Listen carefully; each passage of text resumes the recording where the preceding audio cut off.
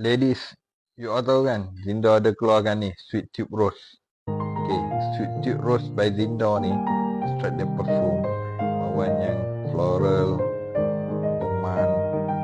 Ni memang satu scent profile yang wife aku suka pakai. Boleh dikatakan everyday Yofi dia pakai. Bila dia keluar, aku hantar dia balik, masih bau lagi dekat depan pintu tu. Aku suka bau ni bila dia masuk dalam kereta, because the floral punya bau tu is not something floral yang orang kata floral manis-manis. It's something floral yang bit dense, and then dia because of the sandalwood punya base tu, dia menjadikan satu genre yang confident sense. Memang sedap. Ini sedap bau whipped cream vanilla dia yang keluar tu.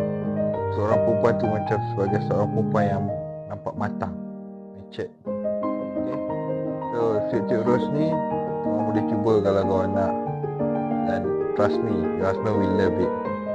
Boleh cuba tengok dekat beg kuning dulu kalau ada lagi.